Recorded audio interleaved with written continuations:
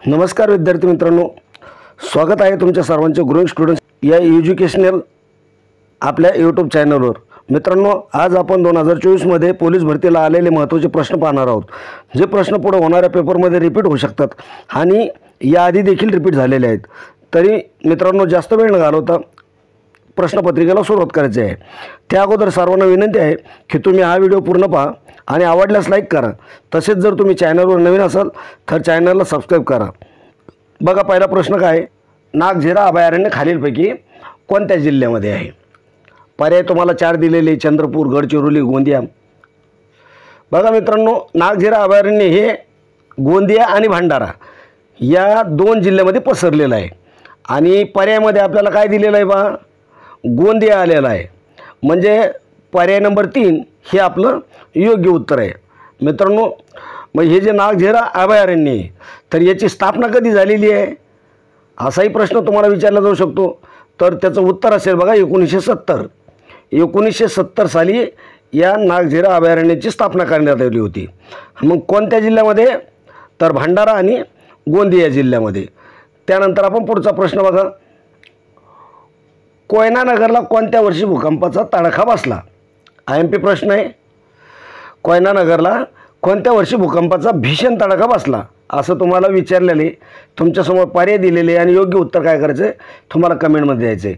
बघा विद्यार्थी मित्रांनो, या प्रश्नपत्रिकेमधून तुम्हाला किती प्रश्नाचे उत्तर देता येते हे मला कमेंटमध्ये नक्की कळवा आणि एखाद्या प्रश्नाचं उत्तर माझ्याकडून गलत झालं तर त्याचं योग्य उत्तरसुद्धा काय करा, कमेंटमध्ये कळवा।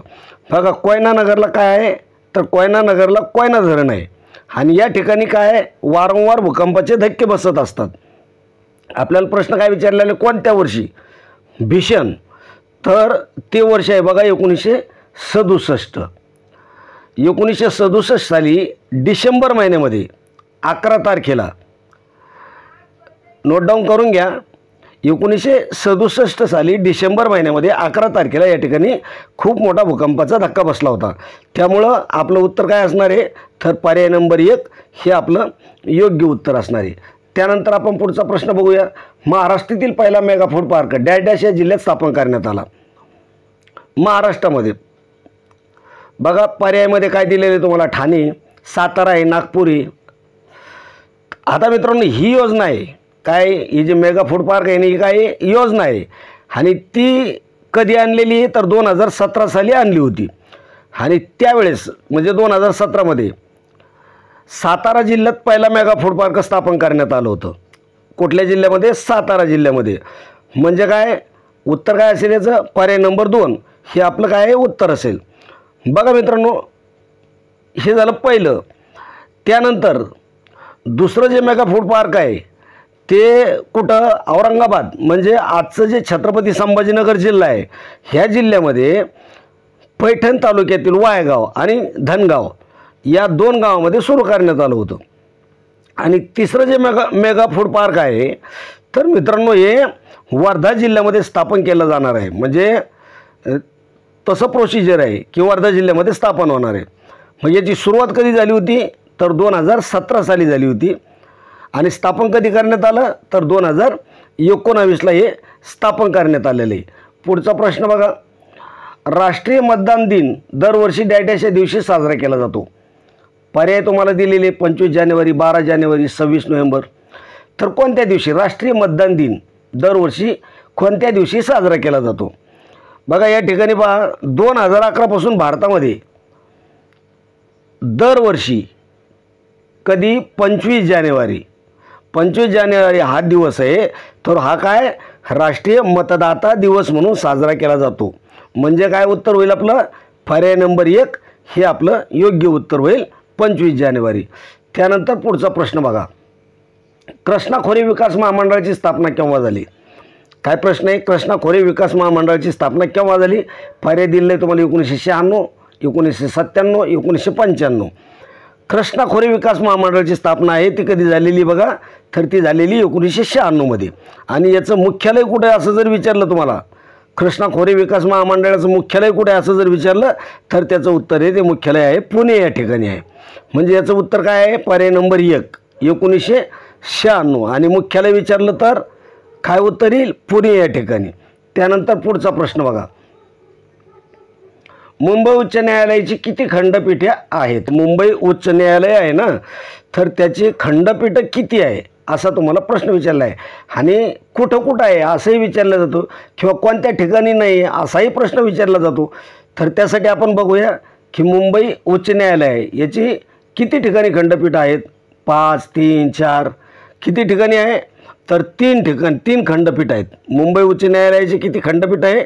3 आहे. म्हणून काय, तर पर्याय नंबर 2 हे काय आहे आपलं योग्य उत्तर होईल. आता प्रश्न काय येतो की ते कुठं कुठं आहेत? बघा कुठं कुठं आहे, तर एक आहे नागपूरला, दुसरं छत्रपती संभाजीनगरला, आणि तिसरं कुठं आहे तर पणजीला, गोव्यामधील पणजी या ठिकाणी हे तिसरं खंडपीठ आहे. त्यानंतर आपण पुढचा प्रश्न बघूया. मोका हा कायदा कशाविरुद्ध वापरतात असा प्रश्न आहे. काय, मोका हा कायदा कशाविरुद्ध वापरला जातो? बघा पर्याय काय दिलेले तुम्हाला: संघटित गुन्हेगारी, अंमली पदार्थाची तस्करी, अवैध दारू तस्करी. म्हणजे मोका कशासाठी लागला जातो? योग्य उत्तर कमेंटमध्ये देत चला.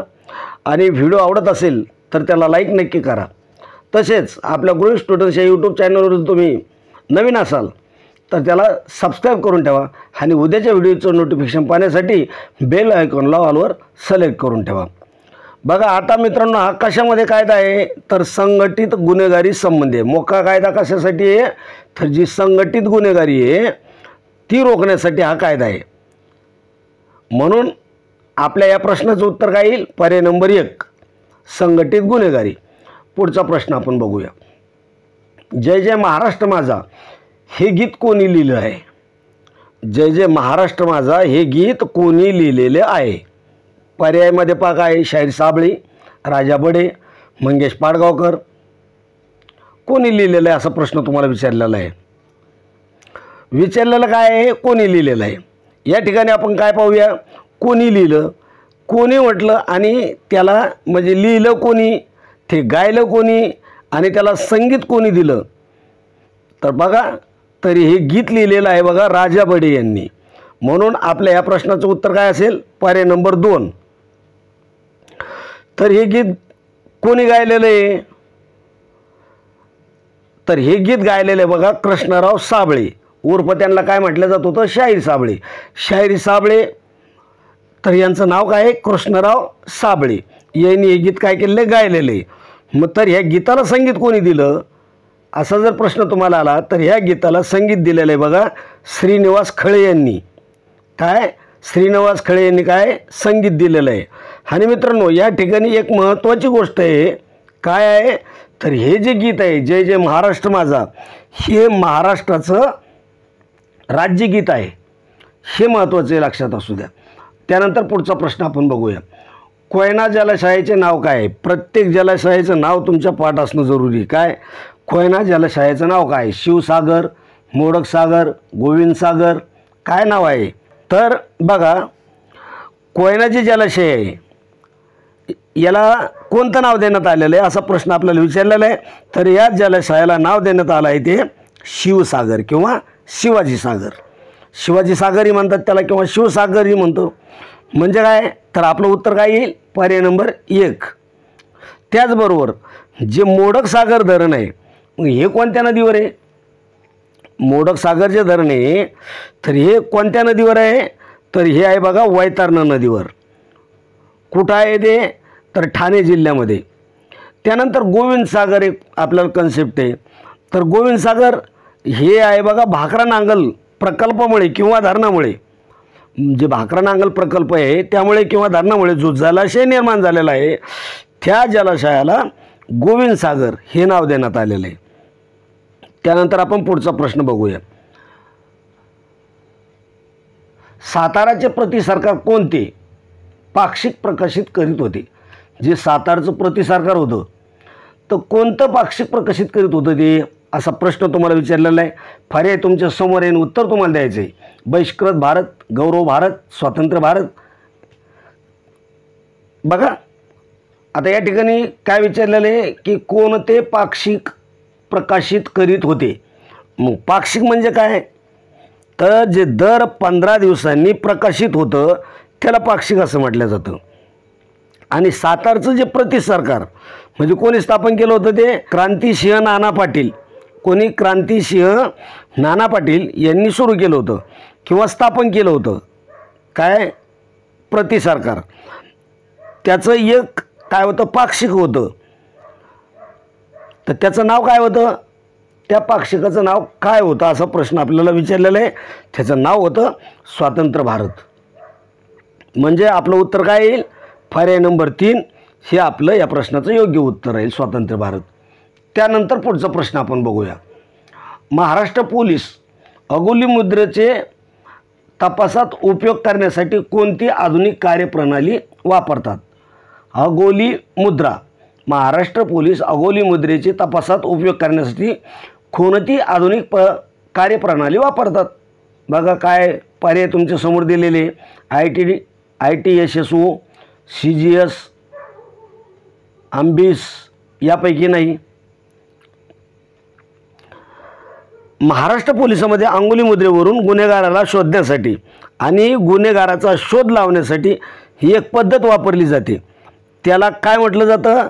तर AMBIS. काय म्हटलं जातं? AMBIS म्हटले जाते. म्हणजे पर्याय नंबर 3 हे काय आपल्या प्रश्नाचं उत्तर आहे. तर मित्रांनो, या AMBISचा फुल फॉर्म काय? आता AMBIS हे आहे. तर याचा तुम्हाला जर फुल फॉर्म विचारला तर त्याचा फुल फॉर्म काय आहे AMBISचा? AMBIS म्हणजे बघा automated multi model biometric identification. काय? Automated multi model biometric identification. त्याला काय म्हटलं जातं? AMBIS. तर मित्रांनो, याची सुरुवात महाराष्ट्रामध्ये कधीपासून झाली? तर 2019 पासून सुरुवात केली गेली होती. म्हणून आपल्या प्रश्नाचं उत्तर काय आहे? पर्याय नंबर 3. पुढचा प्रश्न बघा. सरदार वल्लभभाई पटेल यांनी कोणता सत्याग्रह केला? सरदार वल्लभभाई पटेल यांनी कोणता सत्याग्रह केला असा प्रश्न तुम्हाला विचारलेला आहे. पर्याय तुम्हाला दिलेले काय? झेंडा सत्याग्रह, खेडा सत्याग्रह, बारडोलीचा सत्याग्रह. मग सरदार वल्लभभाई पटेल यांनी 1928 मध्ये म्हणजेच सविनय कायदेभंगाच्या चळवळी चालू होत्या. कधी? 1928 मध्ये. 1928 मध्ये सविनय कायदेभंगाच्या चळवळी चालू होत्या. त्याच कालावधीमध्ये बारडोली या ठिकाणी सत्याग्रहाचे नेतृत्व केलं होतं. म्हणजेच आपलं योग्य उत्तर काय होईल? पर्याय नंबर 3 बारडोलीचा सत्याग्रह. म्हणजे आपलं उत्तर आहे. मग वर्ष कोणतं होतं ते? कोणत्या वर्षी तो सत्याग्रह त्यांनी केला होता? तर 1928 मध्ये. त्यानंतर पुढचा प्रश्न आपण बघूया. पोलीस विभागातील K9 युनिट कशाशी संबंधित आहे? पोलीस विभागातील जे K9 युनिट आहे ते कशाशी संबंधित आहे? कराटे, बिनतारी संदेश, श्वान यापैकी नाही. मित्रांनो, या ठिकाणी लक्षात कोणती गोष्ट घ्यायची आहे की K9 कशाला म्हटलं जातं? आपले जे सुळ्यासारखे दात आहे त्यांना काय म्हणतो आपण? K9 दात म्हणतात. मग त्याचप्रमाणे K9 हे कुत्र्यासाठी म्हणजे श्वान पथकासाठी दिलं गेलेलं नाव आहे. कशासाठी? श्वान पथकासाठी दिलं गेलेलं नाव आहे. म्हणजेच या ठिकाणी आपलं उत्तर काय असणार आहे? पर्याय नंबर 3 श्वान. पोलीस विभागातील K9 युनिट कशाशी संबंधित आहे? तर श्वान पथकाशी संबंधित आहे. त्यानंतर पुढचा प्रश्न बघा. खालीलपैकी कोणती नदी सातारा जिल्ह्यातून प्रवाहित होत नाही? कृष्णा, कोयना, वेण्णा यापैकी नाही. सातारा जिल्ह्यामधून प्रवाहित होत नाही. कृष्णा नदीचा उगम कुठं झालेला आहे? महाबळेश्वरला. कोयना नदीचा उगम कुठं झालेला आहे? महाबळेश्वरला. आणि वेण्णा नदीचा उगम कुठं झालेला आहे? तर यापासून थोड्याच अंतरावर म्हणजे महाबळेश्वरपासून थोड्या अंतरावर. म्हणजेच याचा अर्थ काय? या तिन्ही नद्या आहेत ना त्या काय आहे? म्हणजे साताऱ्यामध्ये उगम पावलेल्या आहेत. त्यामुळे या ठिकाणी पर्याय 3ही नद्या सातारा जिल्ह्यामधून प्रवाहित होत आहेत का? तर होत आहेत, कारण तिथं उगम पावल्या आणि सातारा जिल्ह्यामधून त्या प्रवाहित होत आहेत. म्हणजे आपलं उत्तर काय आहे? पर्याय क्रमांक 4 यापैकी नाही. या सर्व नद्या साताऱ्यातून प्रवाहित होतात. मित्रांनो, ही जी वेण्णा नदी आहे ना ही कृष्णा नदीची उपनदी आहे, जी पुढे माहुली या ठिकाणी कृष्णा नदीला मिळते. लक्षात आलं याचं उत्तर काय आहे? त्यानंतर पुढचा प्रश्न आपण बघूया. कृष्णा नदीचे उगमस्थान कोणते आहे? काय? कृष्णा नदीचे उगमस्थान कोणते आहे? आत्ताच मागच्या ह्याच्यात मी बोलता बोलता तुम्हाला सांगून दिलेलं आहे की कृष्णा, कोयना, वेण्णा कुठून उगम पावतात. म्हणजेच तुम्हाला या प्रश्नाचं उत्तर येऊन गेलेलं सर्वांना माहीत असेल. कृष्णा नदीचा उगम आहे तो सातारा जिल्ह्यामध्ये महाबळेश्वर या ठिकाणी होतो. म्हणजे आपलं उत्तर काय आहे? पर्याय नंबर 1 महाबळेश्वर. मग त्र्यंबकेश्वरला कोणती नदी उगम पावते? या ठिकाणी तुम्हाला काय दिलेलं आहे? कन्सेप्ट दिलेले बघा. काय आहे? महाबळेश्वर, त्र्यंबकेश्वर, भीमाशंकर यापैकी नाही. मग आता कृष्णा नदीचा उगम पाहायला कुठं? महाबळेश्वरला आहे. दुसरा कन्सेप्ट काय आहे? त्र्यंबकेश्वर. मग त्र्यंबकेश्वरला कोणती नदी उगम पावते? तर गोदावरी नदी उगम पावते. त्यानंतर तिसरा कन्सेप्ट आहे भीमाशंकर. भीमाशंकरला कोणती नदी उगम पावते? तर भीमाशंकरला भीमा नदी उगम पावते. त्यानंतर काय करू आपण? पुढचा प्रश्न आपण बघूया. शारदा कायदा हा कायदा कशाशी संबंधित आहे? काय? शारदा कायदा हा कायदा कशाशी संबंधित आहे? पर्याय बघा. काय? विधवा पुनर्विवाह, बालविवाह, विवाह. काय शारदा कायदा? योग्य उत्तर कमेंटमध्ये देत चला आणि व्हिडिओ आवडत असेल तर त्याला लाईक नक्की करत चला. तर मित्रांनो, शारदा कायदा हा कशाशी आहे संबंधित आहे? तर बालविवाहाशी संबंधित आहे. म्हणजे आपलं उत्तर काय येईल? पर्याय नंबर 2. मग आता असा प्रश्न आहे की हा कायदा कोणत्या साली आलेला आहे? तर याचं उत्तर येईल बघा 1929 मध्ये हा कायदा आणला गेलेला आहे. यासाठी कोणी प्रयत्न केले? असाही प्रश्न होईल. काय? शारदा कायदा याच्यासाठी कोणी प्रयत्न केले आहे? तर याच्यासाठी प्रयत्न करणारा व्यक्ती जो आहे त्यांचं नाव आहे आरबीला शारदा. आरबीला शारदा यांनी काय हा कायदा केलेला आहे आणि त्यामुळेच त्याचं नाव या कायद्याला देण्यात आलं. काय? किंवा त्यांच्या नावाने हा कायदा प्रसिद्ध झालेला होता. तर मित्रांनो, हा कायदा 1929 सालचा आहे आणि कशासंबंधीचा आहे? तर मुलांचे वय निश्चित करण्यासाठी. कशासाठीचा कायदा हा? मुलांचं वय निश्चित करण्यासाठीचा कायदा आहे. बघा 1929 साली ज्यावेळेस हा कायदा 1929 साली मुलीचं वय 14 वर्ष आणि मुलाचं वय 18 वर्ष इतकं करण्यात आलं होतं. त्यानंतर त्यापुढं जाऊन 1949 साली मुलीचं वय 15 वर्ष आणि मुलांसाठी 18 वर्ष. त्याचबरोबर 1978 मध्ये मुलींसाठी 18 वर्ष आणि मुलांसाठी 21 वर्षे हे वय निश्चित करण्यात आलेलं आहे. लक्षात असू द्या. IMP पॉईंट आहेत, नोट डाऊन करत चला. पुढचा प्रश्न आपण बघूया. महाराष्ट्रातील सर्वात उंच शिखर कळसुबाई हे या 2 जिल्ह्याच्या सीमेवर आहे. म्हणजे कोणत्या 2 जिल्ह्याच्या सीमेवर आहे? पर्याय काय दिलेले? पुणे अहमदनगर, अहमदनगर नाशिक, बीड अहमदनगर. काय उत्तर असेल? कळसुबाई शिखर कोणत्या जिल्ह्यामध्ये आहे? अहमदनगरमध्ये आहे. कळसुबाई शिखर कोणत्या जिल्ह्यात आहे? अहमदनगर जिल्ह्यामध्ये आहे. म्हणजे आता त्याला अहिल्यादेवीनगर म्हणतो आपण. अहमदनगरचं काय नाव आहे? अहिल्यादेवीनगरमध्ये आहे. त्याचबरोबर मित्रांनो, हे जे शिखर आहे ते नाशिकपासून थोड्या अंतरावर आहे. कळसुबाई शिखर नगर जिल्ह्यात आहे परंतु नाशिकपासून थोड्या अंतरावर आहे. म्हणजे मित्रांनो, हे 2 जिल्ह्याच्या सीमेवर आहे. कोणत्या कोणत्या? अहमदनगर आणि नाशिक. म्हणजेच काय उत्तर येईल? पर्याय नंबर 2. आपलं उत्तर काय येईल? पर्याय नंबर 2. आता याची उंची किती आहे? जे कळसुबाई शिखर आहे याची उंची किती आहे? तर याची उंची बघा 1646 मीटर. म्हणजे 5400 फूट इतकी उंची. किती? 1646 मीटर म्हणजेच किती? 5400 फूट उंची. लक्षात ठेवा. आणि हे महाराष्ट्रातील सर्वात उंच शिखर आहे. त्यानंतर पुढचा प्रश्न आपण बघूया. मडके या शब्दाचे अनेक वचन काय आहे? मडके ह्या शब्दाचे अनेक वचन काय आहे? या ठिकाणी लक्षात काय ठेवायचं? एकारांत नपुसक लिंगी नाम असतं, त्याचं अनेक वचन होताना ते कसं होतं? एकारांत होतं. उदाहरणार्थ मडके मडकी आणि नाणे नानी. म्हणजेच पर्याय नंबर 2 आपलं या प्रश्नाचं योग्य उत्तर होईल. त्यानंतर पुढचा प्रश्न आपण बघूया. कुंभार्ली घाट कोणत्या 2 शहरांना जोडतो? कुंभार्ली घाट कोणत्या 2 शहरांना जोडतो असा प्रश्न तुम्हाला विचारलेला आहे आणि योग्य उत्तर तुम्हाला द्यायचं आहे. कोल्हापूर रत्नागिरी, कोल्हापूर सिंधुदुर्ग, कराड चिपळूण. कोणत्या 2 शहरांना जोडतो कुंभार्ली हा घाट? तर बघा, कुंभार्ली घाट हा कराड आणि चिपळूण या 2 शहरांना जोडतो. कोणत्या? कराड आणि चिपळूण या 2 शहरांना जोडतो. म्हणजेच आपलं उत्तर काय होईल? पर्याय नंबर 3. त्याचबरोबर मित्रांनो, कोल्हापूर रत्नागिरीमध्ये कोणता घाट आहे? जो कन्सेप्ट नंबर 1 आहे, तर कोल्हापूर आणि रत्नागिरी याच्यामध्ये कोणता घाट आहे? कोल्हापूर आणि रत्नागिरीमध्ये आहे आंबा घाट.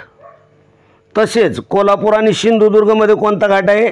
तर मित्रांनो, कोल्हापूर आणि सिंधुदुर्गमध्ये आहे आंबोली घाट. पुढचा प्रश्न आपण बघूया.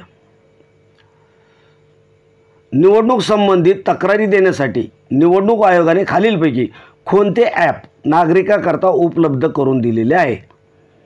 निवडणूक संबंधित ज्या तक्रारी आहे त्या तक्रारी देण्यासाठी निवडणूक आयोगाने कोणतं ॲप नागरिकांसाठी उपलब्ध करून दिलेले आहे? बघा, सी-विजिल, त्याच्यानंतर पुढचं काय, सॅचेट, वॅबपॅट, यापैकी नाही कोणतं ॲप?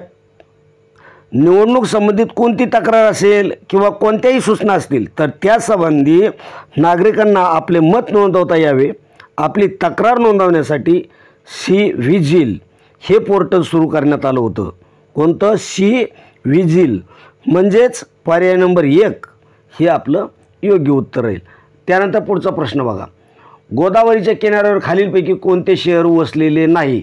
शहर तुम्हाला दिलेले आणि गोदावरीच्या किनाऱ्यावर खालीलपैकी कोणतं शहर वसलेलं नाही असा प्रश्न तुम्हाला विचारलेला आहे. पैठण, संगमनेर, नाशिक असे तुम्हाला काय पर्याय दिलेले. गोदावरी नदी उगम कुठून पावते? तर त्र्यंबकेश्वर, नाशिक या ठिकाणी. गोदावरीचा उगम कुठे आहे? त्र्यंबकेश्वर, नाशिक या ठिकाणी. तिलाच आपण दुसऱ्या शब्दाने काय म्हणतात? गोदावरीला दक्षिण गंगा काय म्हटलं जातं? दक्षिण गंगा असं सुद्धा आपण गोदावरी नदीला म्हणतो. त्याचबरोबर गोदावरी नदीची एकूण लांबी किती आहे? तर 1450 किलोमीटर आहे. किती आहे? 1450 किलोमीटर आहे. आणि तिच्या काठावर महाराष्ट्रातील महत्त्वाची कोणकोणती शहर आहेत? तर बघा, नाशिक आहे, त्यानंतर कोपरगाव आहे, त्यानंतर पैठण आहे, त्यानंतर गंगाखेड आहे आणि त्यानंतर नांदेड आहे. मग या ठिकाणी कोणतं नाही? पर्याय तुम्हाला काय दिलेलं आहे? पैठण, संगमनेर, नाशिक. तर पैठण आणि नाशिक गोदावरी नदी काठावर आहे, परंतु संगमनेर हे गोदावरीच्या काठावर नाही आहे. कारण संगमनेर आहे ते प्रवरा नदीच्या काठावर आहे. म्हणून या ठिकाणी आपलं उत्तर काय असेल? पर्याय नंबर 2 बरोबर आहे. संगमनेर हे गोदावरी नदीच्या किनाऱ्यावर नाही आहे. पुढचा प्रश्न आपण बघूया.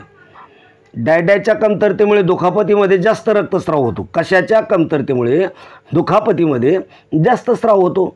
बघा, पर्याय काय दिलेले तुम्हाला? पर्याय vitamin D, vitamin K, vitamin C.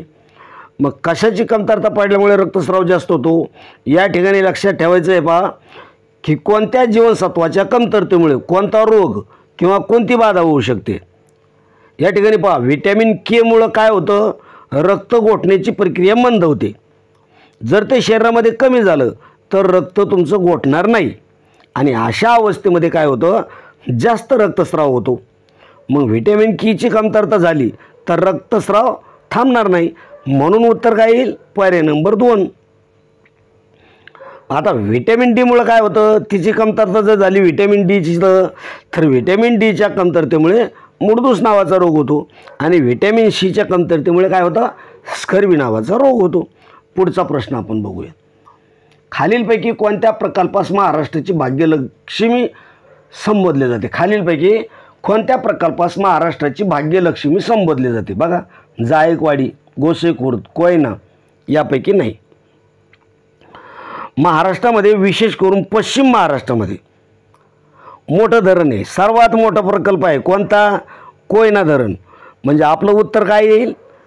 पर्याय नंबर 3. कोयना हिला महाराष्ट्राची भाग्यलक्ष्मी असं म्हटलं जातं. पुढचा प्रश्न पहा. विधवा विवाह हे पुस्तक कोणी लिहिलेलं आहे? विधवा विवाह हे पुस्तक कोणी लिहिलेलं आहे? बघा, ईश्वरचंद्र विद्यासागर, लोकमान्य टिळक, वि. रा. शिंदे. कोणी लिहिलेलं आहे? त्याचं उत्तर आहे बघा पर्याय नंबर 1. काय? ईश्वरचंद्र विद्यासागर. त्याचबरोबर आणखी एक लेखक आहेत, त्यांनीसुद्धा विधवा विवाह नावाचं सेम पुस्तक लिहिलेलं आहे. त्यांचं नाव काय आहे? तर त्यांचं नाव आहे विष्णुशास्त्री पंडित. पुढचा प्रश्न आपण बघूया. पुढचा प्रश्न पाहण्या अगोदर विद्यार्थी मित्रांनो, मी तुम्हाला एक रिक्वेस्ट करतो, एक विनंती करतो की अजूनपर्यंत तुम्ही जर आपल्या ग्रोइंग स्टुडंट्स ह्या यूट्यूब चॅनलला सबस्क्राईब केलं नसेल किंवा तुम्ही पहिल्यांदा आपल्या चॅनलवर आला असेल तर आपल्या चॅनलला नक्की सबस्क्राईब करायचं आहे. उद्याच्या व्हिडिओचे नोटिफिकेशन पाहण्यासाठी बेल आयकॉनला ऑलवर सिलेक्ट करून ठेवायचे. दोस्त मित्रांमध्ये व्हिडिओ शेअर करायचा आहे आणि व्हिडिओ आवडत असेल तर त्याला एक लाईक नक्की करायचे. बघा पुढचा प्रश्न काय आहे. नाशिक द्राक्ष, नागपूर संत्री, तर घोलवड काय? बघा पर्याय मग काय दिले. केळी, आंबा, चिकू.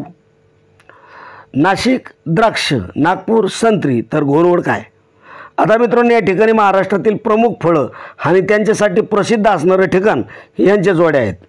नाशिकमध्ये द्राक्ष प्रसिद्ध आहेत, नागपूरमध्ये संत्री प्रसिद्ध आहे आणि घोलवडमध्ये काय प्रसिद्ध आहे? तर घोलवडमध्ये चिकू. म्हणजे या ठिकाणी आपलं उत्तर काय आहे? पर्याय नंबर 3 चिकू. त्याचबरोबर मित्रांनो, द्राक्ष नाशिक आणि सांगली या 2 ठिकाणी फेमस आहेत. चिकू घोलवड, डहाणू आणि ठाणे या ठिकाणी फेमस आहेत. तर सीताफळ हे कुठं आहे? तर दौलताबाद या ठिकाणी. सीताफळ हे दौलताबाद या ठिकाणी आहे. तसेच केळी कुठं आहे? जळगाव आणि वसई. केळी जळगाव आणि वसई या ठिकाणी प्रसिद्ध आहेत. अंजीर राजेवाडीचे प्रसिद्ध आहेत. अंजीर कुठले प्रसिद्ध आहे? राजेवाडीचे. हापूस आंबा रत्नागिरी आणि सिंधुदुर्गचा. तसेच मोसंबी कुठली प्रसिद्ध आहे? तर छत्रपती संभाजीनगर आणि जालन्याची मोसंबी प्रसिद्ध आहे. तरी विद्यार्थी मित्रांनो, आजच्या व्हिडिओमध्ये आपण याच ठिकाणी थांबणार आहोत. जर तुम्हाला आजचा व्हिडिओ आवडला असेल आणि व्हिडिओमधील माहिती समजली असेल तर या व्हिडिओला लाईक करा आणि पोलीस भरती अभ्यास करणाऱ्या आणि ज्यांचा पेपर झाला नाही अशा आपल्या मित्रासोबत हा व्हिडिओ काय करा, शेअर करा.